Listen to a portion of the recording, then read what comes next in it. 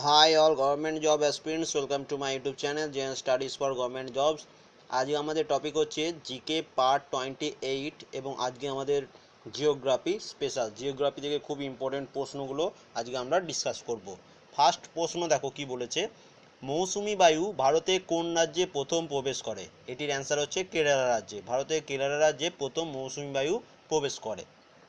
কর্ণাটকে অম্লবৃষ্টিকে কি বলে? কর্ণাটকে অম্লবৃষ্টিকে বলে চেরি ব্লোজমস। নদী থেকে দূরবর্তী প্রাচীন পলিমাটিকে কি বলে? নদী থেকে দূরবর্তী প্রাচীন পলিমাটিকে বলা হয় ভাঙর।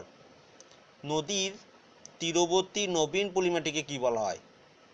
নবীন পলিমাটিকে বলা হয় খাদার। তাহলে এখান থেকে দেখানো এই দুটোর মধ্যে কনফিউজ হয়ে যাবে না। প্রাচীন পলিমাটিকে বলা হয় ভাঙর এবং নবীন পলিমাটিকে বলা হয় খাদার।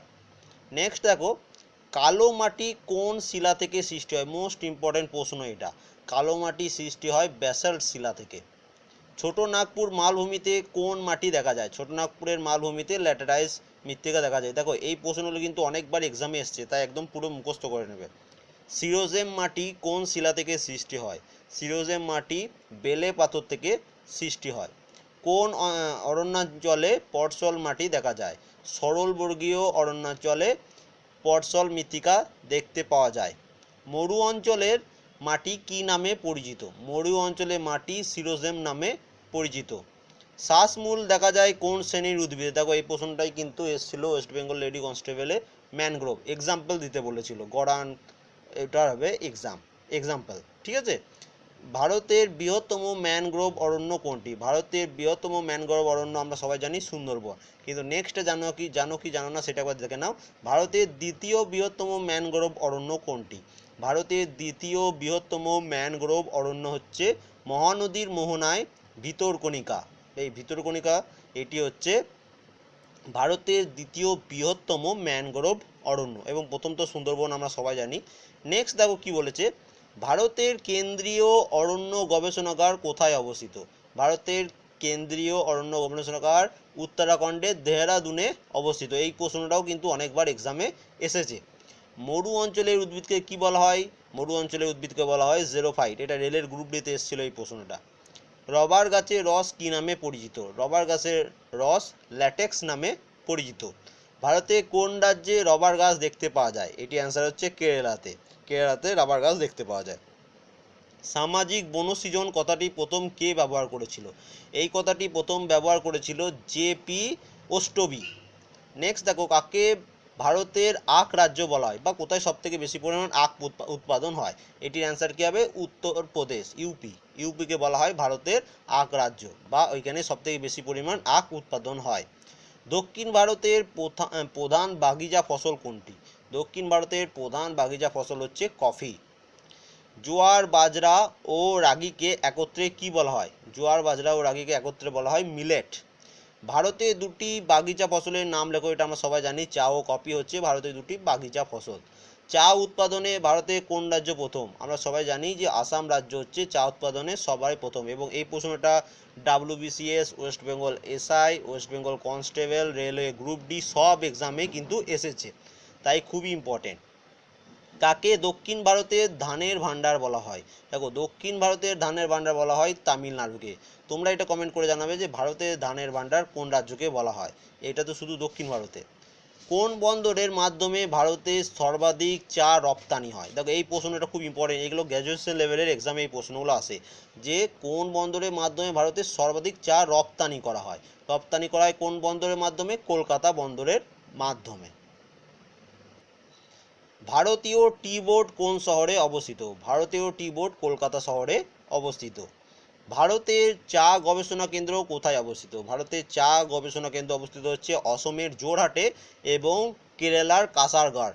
এই দুটি জায়গাতে গবেষণা কেন্দ্র অবস্থিত। আন্তর্জাতিক ধান গবেষণা কেন্দ্রটি কোথায় অবস্থিত? তাহলে এখানে দেখে নাও, আন্তর্জাতিক ধান গবেষণা কেন্দ্রটি কোথায় অবস্থিত? আন্তর্জাতিক ধান গবেষণা কেন্দ্রটি অবস্থিত হচ্ছে ফিলিপাইন্সের রাজধানী ম্যানিলাতে। আন্তর্জাতিক গম গবেষণা কেন্দ্রটি কোথায় অবস্থিত? আন্তর্জাতিক গম গবেষণা কেন্দ্রটি অবস্থিত হচ্ছে মেক্সিকো সিটিতে। কাকে ভারতের কার্পাস বয়ন শিল্পের রাজধানী বলা হয়? খুব ইম্পর্টেন্ট প্রশ্ন, এটির অ্যান্সার হচ্ছে মুম্বাই। মুম্বাই শহরকে বলা হয় কার্পাস বয়ন শিল্পের রাজধানী? কোথায় ভারতের প্রথম পেট্রো রসায়ন শিল্পকেন্দ্র গড়ে উঠেছে? ভারতের প্রথম পেট্রো রসায়ন শিল্পকেন্দ্র গড়ে ওঠে ট্রম্বেতে। নেক্সট দেখো, কোথায় ভারতের প্রথম সুতাকল স্থাপিত হয়েছিল? এটি স্থাপিত হয়েছিল হাওড়ার ঘুষুরিতে। ঘুষুরি নামে যে জায়গাটি আছে হাওড়ার কাছাকাছি, সেখানেই প্রথম সুতাকল স্থাপিত হয়েছিল। কাকে আধুনিক শিল্প দানব বলা হয়? খুব ইম্পর্টেন্ট প্রশ্ন এটাও। পেট্রো রসায়ন শিল্প, পেট্রোকেমিক্যাল বা পেট্রো রসায়ন শিল্পকে বলা হয় আধুনিক শিল্পের দানব। 2011 সালে আদমশুমারি অনুসারে ভারতের জনসংখ্যার ঘনত্ব কত ছিল? এটি অ্যান্সার হচ্ছে 382। তারপরে দেখো, সাস্টেনেবল ডেভেলপমেন্ট কথাটি প্রথম কে ব্যবহার করেন? সাস্টেনেবল ডেভেলপমেন্ট এই কথাটি প্রথম ব্যবহার করেছিলেন এভাবেল ফোর এই কথাটি প্রথম ব্যবহার করেছিলেন। উত্তর দক্ষিণ ও পূর্ব পশ্চিম করিডোর কোথায় মিলিত হয়েছে? উত্তর দক্ষিণ এবং পূর্ব পশ্চিম করিডোর মিলিত হয়েছে ঝাঁসিতে। সার্ভে অফ ইন্ডিয়া সদর দপ্তর কোথায়? এই প্রশ্নটা বহুবার এক্সামে এসছে। সার্ভে অফ ইন্ডিয়া সদর দপ্তর হচ্ছে দেহরাদুনে। নেক্সট কোশ্চেন দেখো, পৃথিবীতে আন্তর্জাতিক সিরিজের মানচিত্র রয়েছে কয়টি? পৃথিবীতে আন্তর্জাতিক সিরিজের মানচিত্র রয়েছে 2222টি। মিলিয়ন সিট টোপো মানচিত্রে RF কত? এটি RF হচ্ছে 1:, এখানে দেখে নাও কত হচ্ছে, এটা হচ্ছে 1:10 লাখ। এবার নেক্সট প্রশ্ন কি দিয়েছে দেখো, ওজোন গ্যাস আবিষ্কার করেন কে? ওজোন গ্যাস আমরা সবাই জানি এটা আবিষ্কার করেছিলেন স্কোনবি। নেক্সট দেখো, ঝুলন্ত উল্কাপিণ্ড ড্যাশ স্তরে এসে নিভে যায়? ঝুলন্ত উল্কাপিণ্ড মেসোস্ফিয়ার, এই মেসোস্ফিয়ার স্তরে এসে নিভে যায়, আমাদের বায়ুমণ্ডল পর্যন্ত এটাকে আসতে দেয় না। বায়ুমণ্ডলের কোন স্তর আবহাওয়া মণ্ডল নামে পরিচিত? আমরা সবাই জানি বায়ুমণ্ডলের ট্রপোস্ফিয়ার, এই স্তরটি আবহাওয়া মণ্ডল নামে পরিচিত। কোন স্তরকে প্রাকৃতিক সৌরপদ্মা বলা হয়? এটি অ্যান্সার হচ্ছে স্ট্র্যাটোস্ফিয়ার। এই ট্রপোস্ফিয়ারের উপরের স্তর যেটা নাম হচ্ছে স্ট্র্যাটোস্ফিয়ার, সেই স্তরকে বলা হয় প্রাকৃতিক সৌরপথ। বায়ুমণ্ডলের কোন স্তরে মেরুজ্যোতির সৃষ্টি হয়? খুব ইম্পর্টেন্ট এটা প্রশ্ন, এটা হচ্ছে আয়নোস্ফিয়ার। বায়ুমণ্ডলের আয়নোস্ফিয়ার স্তরে মেরুজ্যোতি সৃষ্টি হয়েছে। তারপরে দেখো, ওজোন গ্যাসের ঘনত্ব পরিমাপ করা হয় কোন এককের দ্বারা? এটা হচ্ছে ডবসন। এই ডবসন এককের দ্বারা ওজোন গ্যাসের ঘনত্ব মাপা হয়ে থাকে। তারপরে নেক্সট প্রশ্ন দেখো, আবদ্ধ জলাভূমি থেকে কোন গ্যাস উৎপত্তি হয়? খুব ইম্পর্টেন্ট প্রশ্ন এবং এই প্রশ্নটাও অনেকবার এক্সামে এসছে। আবদ্ধ জলাভূমি থেকে মিথেন গ্যাস উৎপত্তি হয়। পৃথিবীর উষ্ণতার প্রধান উৎস কি? এটার অ্যান্সার আমরা সবাই জানি, সূর্য হচ্ছে পৃথিবীর উষ্ণতার প্রধান উৎস। এল নিনো দেখা যায় কোন মহাসাগরে? খুব ইম্পর্টেন্ট একটা প্রশ্ন। এল নিনো দেখা যায় প্রশান্ত মহাসাগরে। পৃথিবীর অ্যালবেডোর পরিমাণ কত শতাংশ? পৃথিবীর অ্যালবেডোর পরিমাণ হচ্ছে 34% বা 34%। বায়ুর গতিবেগ মাপা হয় কোন যন্ত্রের সাহায্যে? অনেকবার এই কোশ্চেনটি এসছে এক্সামে। অ্যানিমোমিটার দ্বারা বায়ুর গতিবেগ মাপা হয়। স্থলবায়ুর বেগ সর্বাধিক হয় কোন সময়ে? স্থলবায়ুর বেগ সর্বাধিক হয়ে থাকে ভোরবেলায়। বায়ুর চাপ পরিমাপ করা হয় কোন এককের দ্বারা? বায়ুর চাপ মাপা হয় মিলিবার এককের দ্বারা। বায়ুর গতিবেগ পরিমাপ করা হয় কোন এককের দ্বারা? বায়ুর গতিবেগ পরিমাপ করা হয় নট, এই এককের দ্বারা। এবার দেখো, এখানে আবার কনফিউজ হয়ে যাও না, কারণ আমরা সবাই পড়েছি যে বায়ুর গতিবেগ মাপা হয় অ্যানিমোমিটার দ্বারা, কিন্তু দেখো এটা কিছুক্ষণ আগেই বললাম, দেখো এখানে যে বায়ুর গতিবেগ মাপা হয় কী দিয়ে? অ্যানিমোমিটার যন্ত্রের দ্বারা। তাহলে গতিবেগ মাপা হয় কোন যন্ত্রের সাহায্যে? সেটা হচ্ছে অ্যানিমোমিটার। কিন্তু এখানে কোশ্চেন দিয়েছে কি, যে কোন এককের মাধ্যমে মাপা হয়? কোন এককের মাধ্যমে? সেটা হচ্ছে বায়ুর চাপ মাপা হয় মিলিবার এককের দ্বারা এবং বায়ুর গতিবেগ মাপা হয় নট, এই এককের দ্বারা। তাহলে এটাতে যেন কনফিউজ হয় না, একক এবং যন্ত্র দুটো কিন্তু আলাদা। যে যন্ত্রের সাহায্যে মাপা হয় সেটা হচ্ছে ওইগুলো, এবং কোন এককের সাহায্যে মাপা হয় সেটা হচ্ছে এই মিলিবার নট। ঠিক আছে, এটা যেন কনফিউজ হয়ে যান অনেকজন। পরের প্রশ্ন দেখো, ভূমধ্যসাগরীয় অঞ্চলে শীতকালে বৃষ্টিপাত হয় কোন বায়ুর প্রভাবে? খুব ইম্পর্টেন্ট একটা প্রশ্ন, এই প্রশ্নটাও কিন্তু জিওগ্রাফির এক্সামে এসছে। তাহলে ভূমধ্যসাগরীয় অঞ্চলে শীতকালে বৃষ্টিপাত হয়ে থাকে পশ্চিমা বায়ুর প্রভাবে।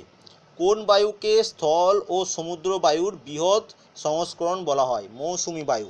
মৌসুমী বায়ুকে বলা হয় স্থল ও সমুদ্রের বায়ুর বৃহৎ সংস্করণ। রকি পর্বতের পূর্ব ঢালে প্রবাহিত উষ্ণ বায়ু হলো কোন বায়ু? এটি অ্যান্সার হচ্ছে চিনুক। রকি পর্বতের পূর্ব ঢালে প্রবাহিত উষ্ণ বায়ু হলো চিনুক নামে পরিচিত। এবং আজকে লাস্ট প্রশ্ন, দীর্ঘাকৃতি নিম্নচাপ কোষকে কি বলে? দীর্ঘাকৃতি নিম্নচাপ কোষকে বলা হয় ট্রাপ।